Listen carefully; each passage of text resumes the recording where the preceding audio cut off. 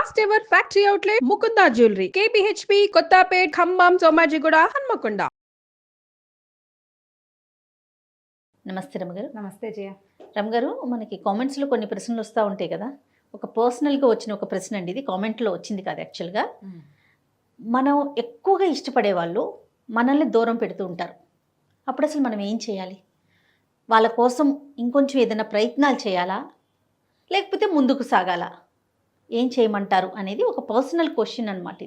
ఇది ప్రతి వాళ్ళకి జీవితంలో ఎప్పుడో ఒకప్పుడు ఎదురవుతుంది జయ. అవును రమగారు. మనం చాలా ఇంపార్టెన్స్ ఇస్తాం ఒకళ్ళకి, వాళ్ళకి మనం అంత ఇంపార్టెంట్ కాదని ఏదో ఒక సిచ్యువేషన్లో మనకు తెలిసిపోతుంది. అంటే కొంతమంది ఎలా ఉంటారో చెప్పిన రమగారు, వాళ్ళ అవసరం ఉన్నంత వరకు బాగుంటారు. మనం చాలా ఇంపార్టెంట్ అనేది క్రియేట్ చేసుకుంటారు. ఎప్పుడైతే వీళ్ళతో మనకు అవసరం లేదు అని థాట్ వస్తుందో మొహం కూడా చూడరు, మొహం కూడా చూడకుండా అయిపోతారు. ఇవి కొంతమంది ఉంటారు, ఇలా డిపెండెన్సీ ఉంటుంది జయ. వాళ్ళతో రోజు మాట్లాడాలి, తరచూ కలవాలి, ఎప్పుడు మాట్లాడుతూ ఉండాలి, ప్రతి దాంట్లో వాళ్ళ సలహానే తీసుకోవాలి, అన్ని షేర్ చేసుకోవాలి. ఇట్లాంటి ప్రాక్టీస్ ఉంటుంది. ఇది ఫ్రెండ్స్లో జనరల్గా, కో సిస్టర్స్, వదిన ఆడపడుచులు, తర్వాత అక్క చెల్లెళ్ళు, అన్న చెల్లెళ్ళు, అక్క తమ్ముళ్ళల్లో ఇది బాగా కనపడుతుంది. వాళ్ళు ఎంత ఎమోషనల్గా అటాచ్ అయిపోయి ఉంటారో వాళ్ళకి. అవును, ఇది ఊరికే జనరల్ కజిన్స్లో కూడా ఉంటుంది. ఒకళ్ళతోటి ఇప్పుడు 5-6 మనం 10 మంది ఉన్నాం, మనకు ఒకళ్ళతోటి చాలా క్లోజ్ రిలేషన్ ఉంటుంది. అవును అవును. వీళ్ళకి అంటే కొంతమంది జనరల్గా పీపుల్ ఏం చేస్తాము జయ, మనం మామూలుగా ఇప్పుడు మనం ఎవరితో మాట్లాడుతున్నామో వాళ్ళే మనకి ఇంపార్టెంట్ అనే భావంతో మనం మాట్లాడుతూ ఉంటాం. అంతే. ఈ సిచ్యువేషనల్లీ ఒక్కొక్కళ్ళు అటాచ్ అయిపోతారు, వదిలిపెట్టలేకపోతారు. ఇప్పుడు ఇది భార్యాభర్తల్లో అనుకో జయ, అమ్మో అది చాలా కష్టం. అవన్నీ డివోర్స్కి దారి తీస్తాయి. ఆ డివోర్సుల్లో కూడా ఆడవాళ్ళు డిప్రెషన్కి లోనయ్యి ఆ వదిలిపెట్టలేక వాళ్ళతో ఎమోషనల్ అటాచ్మెంట్ని కట్ చేసుకోలేక ఏడుస్తూ ఉంటారు. మగవాళ్ళు ఏడ్చేవాళ్ళు ఉన్నారు. మగవాళ్ళు కూడా వాళ్ళతో ఎమోషనల్ అటాచ్మెంట్ని వదిలిపెట్టుకోలేరు. వైఫే సర్వస్వం అనుకుంటారు. ఎన్ని గొడవలు వచ్చినా అమ్మాయితో కలిసి ఉండాల్సిందేను, అది లేకపోతే కుదరదు అనుకుంటారు. అవునండి. ఇది ఒక బాధ. అయితే ఈ జనరల్ మిగిలిన సంబంధాలు ఉన్నాయి చూడు, మిగిలిన అన్ని రకాల రిలేషన్స్లో వీళ్ళు హర్ట్ అయిపోతారు జయ. హర్ట్ అయిపోయి ప్రపంచాన్ని నమ్మలేకుండా అయిపోతారు. కొంతమంది ఎవరితోటైనా క్లోజ్ అయితే అమ్మో వీళ్ళు చేజారిపోతారేమో అనిపించేస్తుంది. అవును. ఆత్మనిర్భరత అనేది ఒక పాయింట్ ఒకటి ఉంటుంది. ఈ ఎమోషనల్ అటాచ్మెంట్ ఉండే వాళ్ళకి అసలు ఆ పాయింట్ అర్థం కాదు. మన మీద మనం డిపెండ్ అవ్వటం, దేవుడి మీద డిపెండ్ అవ్వటం. బంధాలని తెంచుకోక్కర్లేదు, కానీ వాళ్ళు వద్దు అన్నప్పుడు ఎందుకు వెంపర్లాడటం అనిపిస్తుంది. నా పర్సనల్గా కూడా నాకు కూడా అది అనిపిస్తుంది. ఇప్పుడు ఏం చేస్తాం మనం, వాళ్ళు చాలా విలువ ఇచ్చాం మనం వాళ్ళకి. ఒక సిచ్యువేషన్ మనం ఒక కజిన్స్లో చెప్పుకుందాం. వీళ్ళిద్దరూ ఎంతసేపు విషయాలు షేర్ చేసుకుంటారు. సడన్గా ఒక అమ్మాయికి తెలుస్తుంది తన విషయం ఎలాగో బయటికి వచ్చింది అని. ఎవరి ద్వారా వచ్చింది సోర్సు? తను ఎవరైతే క్లోజ్ అని భావిస్తున్నారో ఆ అమ్మాయి ద్వారానే వచ్చింది. అడగలేరు, ఊరుకోలేరు. అవును.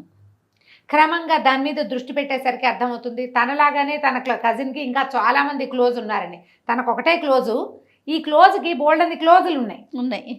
ఆ అమ్మాయి ఎక్కడో చోట ఫ్రీగా మాట్లాడుతుంది.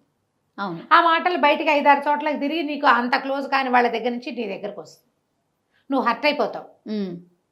ఇప్పుడు కొంతమందిని వదిలేస్తాం, ఫ్రెండ్స్ని గిన్స్ని వదిలేస్తాం. వీళ్ళతోటి మొహం చూపించకుండా ఉంటే సరిపోతుంది, మాట్లాడడం మానేస్తాం. నువ్వు ఈ రిలేషన్స్ని వదులుకోలేకపోతావు కదా. అంతే కదా. అప్పుడు ఇబ్బంది అవుతుంది. అందుకని ఎవరితోటైనా అలా ఒకళ్ళతోటే అటాచ్డ్గా ఉండటం తగ్గించుకోండి. ఒకవేళ మీరు అలా అటాచ్డ్గా ఉండి హర్ట్ అయితే నేను హర్ట్ అయ్యాను అని ఓపెన్గా చెప్పండి. ఒకసారి మీరు మాట్లాడేస్తే ఆ బరువు తగ్గిపోతుంది. తర్వాత ఏదో కొంచెం క్లోజ్నెస్ ఉంటుంది, ఎక్కువ ఉండదు. అయినా కూడా అవతల వాళ్ళు మీకు లొంగలేదనుకోండి, just leave it and move on.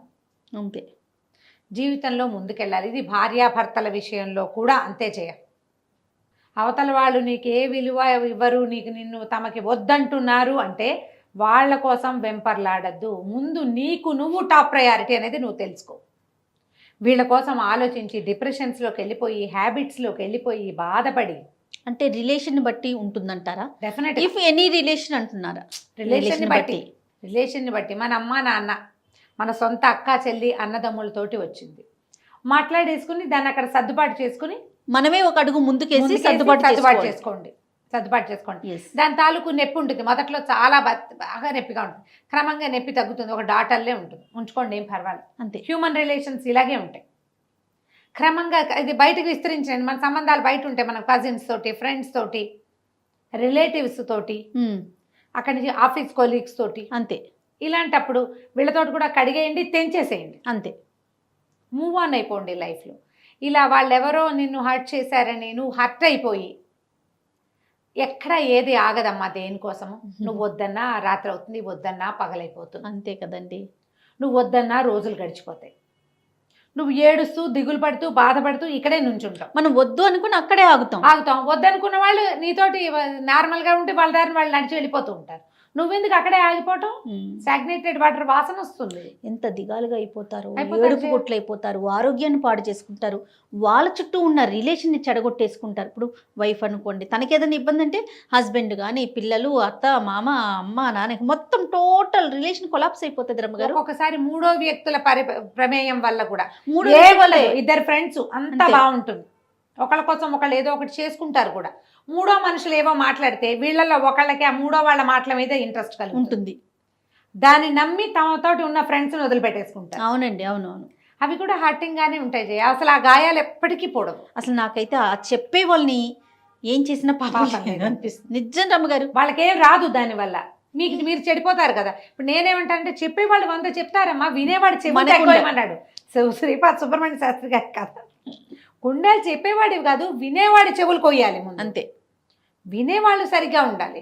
నువ్వు ఏదెలా ఉన్నా సరే, మా మధ్య ఒక రిలేషన్ ఉంది, మేము చాలా కాలం కొన్ని విషయాలు షేర్ చేసుకుంటూ వచ్చాం అని వెళ్ళిపో, నువ్వు మామూలుగా అంతే కదా, అప్పుడు ఏ బాధ ఉండదు. చెయ్యవే నువ్వు అట్లా మరే చెవులు నింపుకుంటావు, ఎందుకంటే నీ లోపల నీకే ఒక అసంతృప్తి అవతల వాళ్ళ పట్ల. ఇప్పుడు మూడో వాళ్ళని మొదటి వాళ్ళని అనకూడదు, మనమే కదా తప్పు. అంతే కదండి, మనమంటూ నోరు ఇప్పబట్టే కదా, ఇప్పబట్టే ఈ మాటలన్నీ వస్తాయి. మూవ్ ఆన్ అవ్వండమ్మా. జీవితంలో ఎవరికి విలువ ఇచ్చినా ఇవ్వకపోయినా ముందు మీకు మీరు విలువించుకోండి.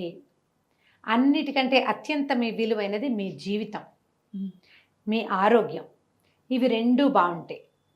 మీరు కొత్త ప్రపంచంలోకి అమెరికా వెళ్ళి, ఆస్ట్రేలియా వెళ్ళి, ఆఫ్రికా వెళ్ళి, అంటార్కిటికా వెళ్ళి కూడా జన సంబంధాలు మనం విస్తరించుకోవచ్చు. ఇప్పుడు మనకి ఉండని వాళ్ళు ఎవరు, రక్త సంబంధిక బ్లడ్ రిలేషన్ ఒక్కటి ఉండదు తప్ప ప్రపంచంలో అందరూ అన్ని చోట్ల దొరుకుతారు. అంతే. కొత్త రిలేషన్ని డెవలప్ చేసుకోండి. ప్రపంచం అంతా రిలేషన్స్ మయం. ఎక్కడైనా ఒక దెబ్బ తగిలితే ఇక అక్కడే ఆగిపోకండి. ఇప్పుడు రాజయ్య, ఇప్పుడు మనకి ఎన్ని థెరపిస్టులకి వాళ్ళకి డిమాండ్ పెరిగిపోలేదు. అవునండి. ఏవో ఇష్యూస్ ఉంటాయి, అవి సాల్వ్ చేసుకోరు, అనారోగ్యాల్లోకి వెళ్ళిపోతాయమ్మా. మీ మెంటల్ స్ట్రెస్ అంతా మీ మోకాళ్ళ మీద, హాస్పిటల్ చుట్టూ కూడా బాగా తిరుగుతారండి, మందులు వేసుకుంటున్నారు, తిరుగుతారు. పైకి శరీరానికి మందులు వేసుకుంటున్నారు, మనసుకు మందు వేయట్లేదు. నువ్వు రిపేర్ నువ్వు చేసుకోవాలి, అది చేసుకోవట్లే. డాక్టర్స్ మీద డిపెండ్ అవుతున్నారు, గోడు వెళ్ళబోసుకుంటారు. ఎవరైనా కనిపించారంటే చెప్పి చెప్పి చెప్పి చెప్తారు, మళ్ళీ మామూలు. మొన్న ఒక దేవాలయంలో మనసును మార్చుకోలేకపోతారు. దేవాలయంలో ఒక ఆవిడ కనబడ్డారు జయ. ఆవిడ ఎందుకు అడిగారు నాకు తెలియదు. నేను ఊరికే లోపలికి వెళ్ళి కార్ బయటే ఉంది, మా వాళ్ళు ఏదో షాపింగ్ చేస్తున్నారు, నేను సరిగ్గా ఎక్కడ అమీర్పేట దుర్గగుళ్ళో. ఓకే. నేను లోపలికి వెళ్ళాను, ఒక 5-10 నేనేమి గబగబా చూసేసి ఒక 10 నిమిషాలు సంతోష్ మాత ముందు ఒక 5-10 నిమిషాలు కూర్చుని వచ్చేస్తా బయటికి. నేను మామూలుగా వెళ్ళినా అంతే, అంతకంటే ఎక్కువసేపు నేను ఉండను అసలు. ఆ కూర్చునేసరికల్లా ఆవిడెవరో పెద్దవిడే, నాకంటే కనీసం ఒక 3-4 సంవత్సరాలు పెద్దవారు అయి ఉంటారు. అమ్మ ఒక విషయం మాట్లాడాలి అని చెప్పి వాళ్ళ ఫ్యామిలీ ఇష్యూ గబగబా చెప్పేశారు నాకు. చాలా ఇబ్బందిగా ఉంది అని. నేనన్నా వదిలేయండి అమ్మా, వదిలేయమంటారు, వదిలేసేయండి. ఒక్కసారి వదిలిపెట్టేస్తే ప్రాణం హాయిగా ఉంటుంది. పోతే పోతుంది, అది వచ్చి ఏముంది. ఇప్పుడు మీకే 60 ఏళ్ళు వస్తున్నాయి, ఎందుకు దాన్ని ఏం చేసుకుంటారు?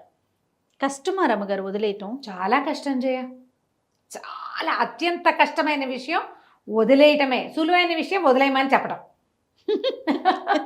నేను ఈజీగా చెప్పా. ఎందుకు అడిగారో అమ్మ నాకు తెలీదు, గుళ్ళో కూర్చున్నాం, వదిలిపెట్టేసేయండి, మీరు ప్రశాంతంగా ఉంటారు, హాయిగా కృష్ణారామ అనుకోండి, వదిలేయండి. ఆవిడ 10 రోజులు ఆ ఫోన్ నెంబర్ తీసుకున్నారు. ఇట్లా నేను 5-6 కథలు విన్నా ఆ గుళ్ళో. సడన్గా చెప్పేస్తారు జయ, మొత్తం కథ అంతా చెప్పేస్తారు, ఇలా ఇలా ఇలా ఇలా ఉంది మా పరిస్థితి అని. ఆవిడ ఫోన్ నెంబర్ తీసుకున్నారు, ఫోన్ చేశారు నాకు. మీరు వదిలేయమని చెప్పిన తర్వాత ఇంటికి వెళ్ళి మా ఆయనకి మా అబ్బాయికి చెప్పానండి, అది రాకపోయినా మీకు వృద్ధి వస్తుంది అని చెప్పారు నాకు. నేను అలాగే చెప్పాను. అది కలిసి రాలేదు ఆస్తి, వదిలేయండి, మీ పుట్టింటి ఆస్తి వదిలిపెట్టండి, మీ అబ్బాయికి ఏదో మంచి ఉద్యోగం వస్తుంది, ఇంకా కొంచెం బెటర్మెంట్లోకి వెళ్తారమ్మా. ఎందుకు వెంపర్లాట, అన్నయ్యతో పడుతూ తమ్ముడితో పడుతూ, వాళ్ళు ఎవరు మిమ్మల్ని గుమ్మం తొక్కనివ్వరు, మీతో మాట్లాడరు, డబ్బుల కోసం.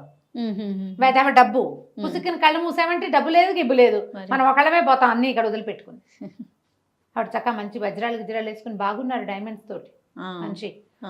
ఫోన్ చేశారు 10 రోజుల తర్వాత, మా అబ్బాయి మా ఆయన కూడా సమాధానం పడిపోయారమ్మా, మేము బెంగళూరు షిఫ్ట్ అయిపోవాలని అనుకుంటున్నాము, అక్కడ ఏదో బిజినెస్ ప్లాన్ ఆలోచిస్తున్నాడు, చాలా మంచి బయర్స్ కూడా చాలా మంచి వాళ్ళు దొరికారు ఇక్కడ ఆస్తికి మాకు.